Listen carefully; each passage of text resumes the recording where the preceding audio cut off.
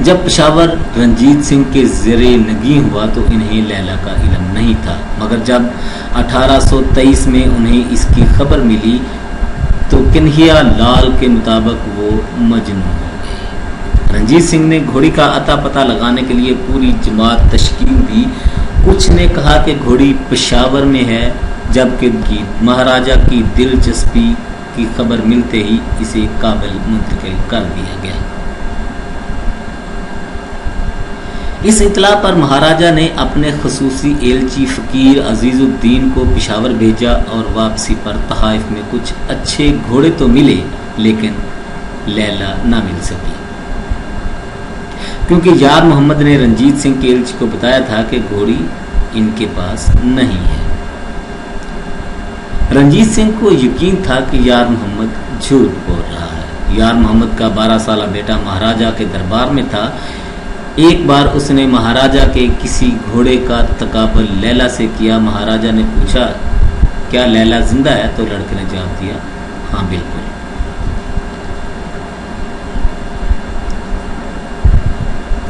یار محمد اپنی گھوڑی تو رنجیت سنگھ کو نہ دی لیکن خود سید احمد بریلوی سے جا ملے جو اس وقت مہاراجہ سے برسر پیکار تھے۔ سن 1826 میں بدھ سنگھ سندھیری والیہ کی زیر قیادت ایک سکھ فوج سید احمد سے نمٹنے اور گھوڑی لینے کے لیے پشاور جا پہنچی۔ حکم تھا کہ کچھ بھی ہو جائے گھوڑی ہر قیمت پر لاہور دربار حاضر ہونی چاہیے۔ اس موقع پر ایک خونی جنگ ہوئی جس میں ہزاروں افراد مارے گئے۔ بدھ سنگھ کو بھی یار محمد نے اور گھوڑے طائف میں دیے لیکن لیلا پھر ان میں شامل نہیں تھی اور کہہ دیا کہ لیلا تو مر چکی ہے، مگر رنجیت سنگھ کے جاسوسوں کی خبر تھی کہ گھوڑی زندہ ہے۔ مہاراجہ نے غصے میں شہزادہ کھڑک سنگھ کی قیادت میں ایک اور مہم بھیجی۔ فرانسیسی جنرل وینٹورا جو پہلے نیپولین فوج میں تھے اور اب مہاراجہ کے خاص متعمد بن چکے تھے، اس مہم کا اہم حصہ تھے۔ ان کے پشاور پہنچنے سے پہلے ہی یار محمد کو بعض روایات کے مطابق ان کے اپنے قبیلے نے گھوڑی پر لڑنے کے باعث ہلاک کر دیا تھا۔ بعض دیگر روایات ان کے پہاڑوں میں روپوش ہونے کی بھی بات کرتی ہیں۔ بہرحال ان کی جگہ ان کے بھائی سلطان محمد نے لے لی۔ اس مہم میں لاہور دربار نے فتح پائی۔ جب سلطان محمد سے جنرل وینٹورا نے لیلا کا مطالبہ کیا تو انہیں بھی یہی بتایا گیا کہ لیلا مر چکی ہے۔ تاہم وینٹورا نئے حکمران کو انہی کے محل میں پابند کر دیا اور آگاہ کیا کہ 24 گھنٹے کے اندر ان کا سر قلم کر دیا جائے گا۔ تب جا کر سلطان محمد گھوڑی ان کے حوالے کرنے پر راضی ہوئے۔ تاہم مورخین کے مطابق ایسا کرتے ہوئے وہ ایک بچے کی طرح بلک بلک کر رو رہے تھے۔ پشاور سے گھوڑی فوری طور پر ایک خصوصی گاڑی میں 500 فوجیوں کی حفاظت میں لاہور روانہ ہو گئی۔ یہ بادامی باغ اور قلعے کے آس پاس دھلی دھلائی سڑکوں سے گزرتی مغربی اکبری دروازے پر لاہور پہنچی۔ یہ 1830 کا واقعہ ہے۔ گویا پہلی خبر سے پہلی جھلک تک کا سفر 7 سال کا رہا۔ لیلا کی آمد پر سکھ راجدھانی میں جشن کا سماں تھا، کیونکہ مہاراجہ کے خواب کی 7 سال بعد تکمیل ہو رہی تھی۔ بقول سر لیپل ہنری گرفن کے رنجیت سنگھ نے جرمن سیاہ بیرن چارلس ہیوگل کو خود بتایا کہ 60 لاکھ روپے اور 12,000 فوجی اس گھوڑی کو پانے میں کام آئے۔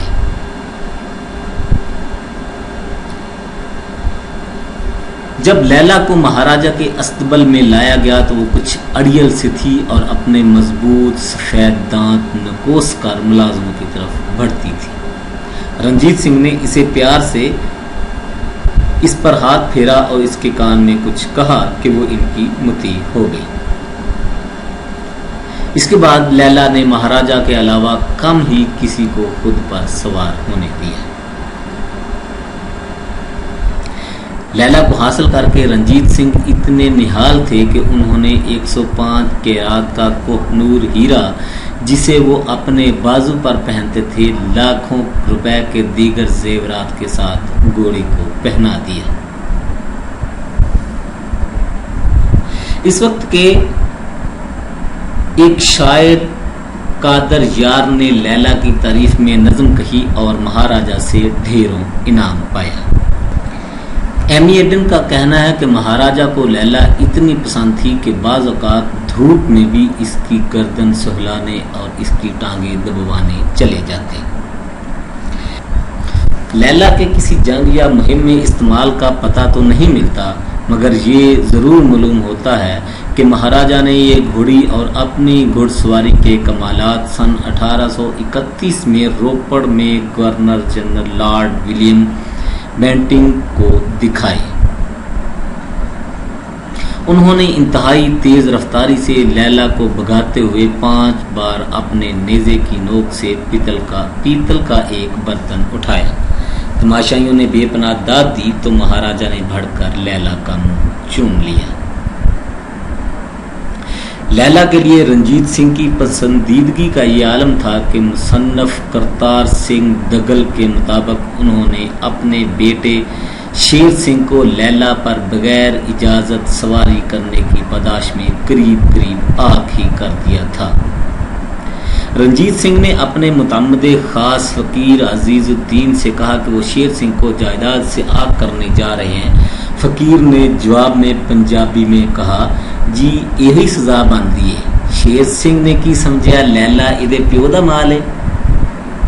مہاراجا یہ جواب سن کر ہنس پڑے اور شیر سنگھ کو معاف کر دیا۔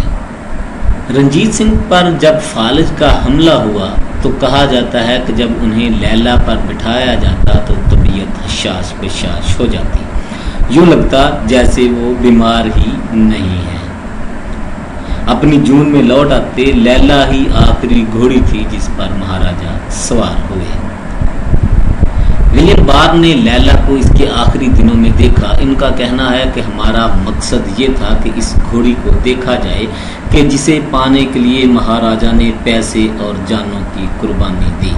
جب اسے ہمارے سامنے لایا گیا تو ہمیں مایوسی ہوئی، اگرچہ وہ اچھی حالت میں ہوتی تو شاید خوبصورت لگتی۔ بہترین خوراک مگر کم ورزش کے باعث اس پر چربی چڑھ چکی تھی۔